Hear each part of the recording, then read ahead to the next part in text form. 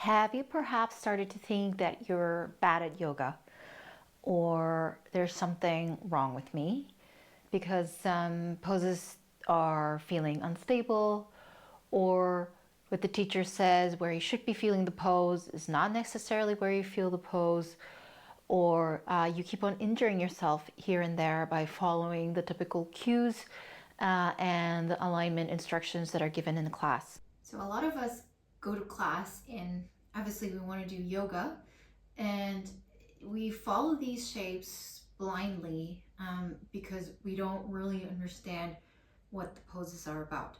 So quite often we stretch deeper than maybe we should, or we override sensations.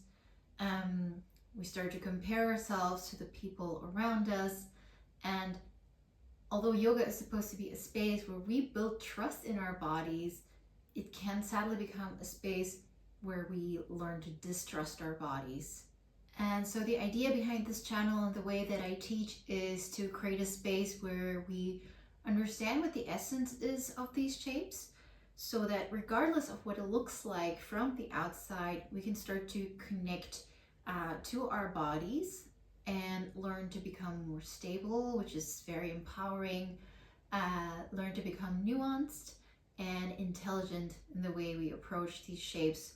So yeah, that we can practice in a way that serves our bodies. So in today's practice, we're going to take a look at downward facing dog, which is a ubiquitous pose that's everywhere. And yet a lot of us struggle to be in this shape.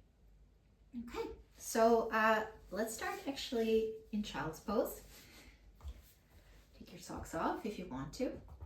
And I was sitting on a blanket. You can move it out of the way. And if you want a blanket underneath the knees, go ahead and do so. So if you think of downward facing dog, it's a lot of poses in one. So in some ways, it's an arm balance. You're on your hands. You're in a forward fold. And also the arms are above the head, so there's a lot happening in the shoulders. So what we can do in child's pose is already have some awareness of what is happening in the shoulders. If you like, you can come up onto the fingertips, which wakes the hands up already a little bit. In your child's pose, the knees can be a little bit wider or closer together. And the hips don't have to touch the heels. That's perfectly fine, but we want to send the sits bones backward, which then allows us to reach the hands further forward. And then you might feel like you're on a stretcher. Tailbone moves away and fingertips reach forward. Good. If you feel like the shoulders are up towards the ears, maybe starting to turn the elbow creases.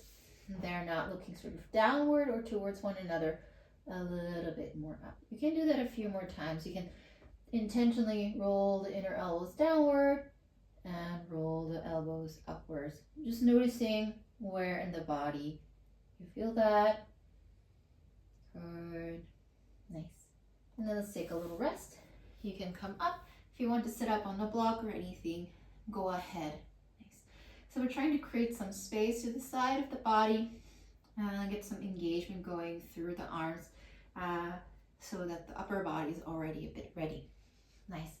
But this time, instead of cupping the fingertips, you can ground the hands. And you can study your fingers.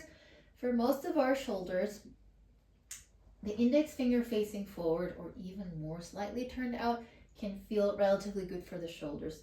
If we do what we just did, so the elbow creases look down, elbow creases look up, it's easier to do this with the index finger or the thumb more turned forward than with the middle finger turned forward. It's much harder to access this movement, which is often called external rotation. So finding a position where that feels more comfortable for you. And then let's just go in for now. Doesn't have to be perfect shape. You can tuck the toes under and send the sits bones up and back. Good. You can keep your knees soft. And then for now, let's stay active with the hands. So if you tend to fall onto the outside, you can stay heavy through your index finger and thumb. And again, remembering to feel the elbow creases gazing forward. Nice. And we first want space in the spine. So the knees can be bent. Your dog can be shorter or longer. See what it feels like. We're not going to stay here for too long, just letting the body understand what it feels like. Good.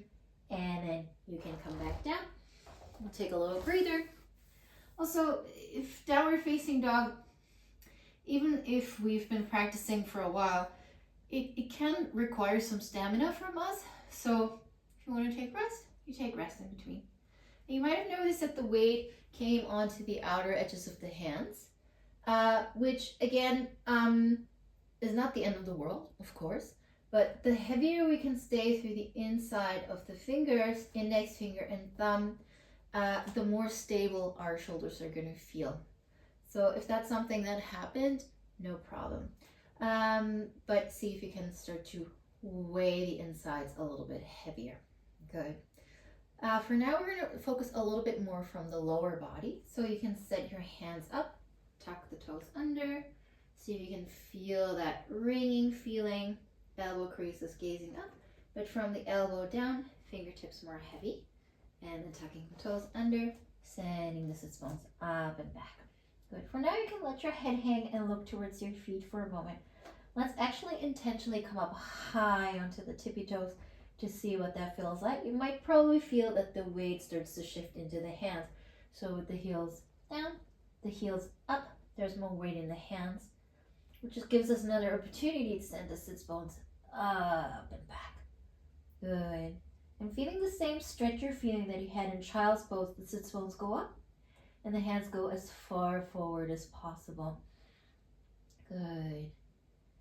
And then from there, extending the backs of the legs any amount. Maybe they're still bent. Not a problem. You want to find the right balance between rounding the spine. Don't really want to go there. Keeping the spine nice and long. And with the backs of the legs start to open. Good. Let's lower back down. Good. Nice. So quite often you might heels down, but you don't really have to go there. The heels only lower as the last consequence of everything being in place. And for some of us, the heels will never come down because of ankle mobility. Let's try one more time without any props. I'll give you some other options as well in just a moment. But let's see what it feels like to move the heels downward without ever having to touch the ground again. It will start to bring in some other awakeness into the body. Again, so grounding your hands. This can also be a little bit wider than shoulder width distance apart. Again, if it feels better on your shoulders, turning more the index finger or the thumb side forward, wrapping the outer armpits towards one another, and then tucking the toes under, and then sending the sits bones up and back. And you can also play with the distance between the feet and the hands. If you're someone who has no problem releasing the heels down towards the ground, you can play with making your dog a little bit longer. And if you feel like my heels are never going to touch the ground, you can also make your dog a little bit shorter. Again, we're going to bend the knees a little bit, but send the heels up so that we feel more weight in the hands. That will allow us to push up and back. Good. From there, opening the backs of the knees any amount. And maybe the heels descend. If we start to descend the heels, you might feel that the fronts of the legs are getting a little bit more active. You can even think about lifting through the toes. Gaze can just hang down. If you feel like your upper back is stiff, you can also look in between or towards the ground. Good. Let's take another deep breath in and breath out. Good. Let's lower down and then rest for a moment. Okay. So that was more a classic approach to downward facing dog. Especially if the hamstrings are tight, it might be beneficial to raise your hands onto blocks. If you can imagine geometry, the hands are a little bit higher. The backs of the legs don't have to work so much in opening. And also for your ankles, it's a little less work. I suggest doing this at the wall, but if I go to the wall, it's going to change the view a little bit. So for today, I'm going to keep it here. The hands underneath or on top of the blocks. You can tuck the toes under. And then one more time, sending the sits bones up and back. Good. and then noticing if that changes anything.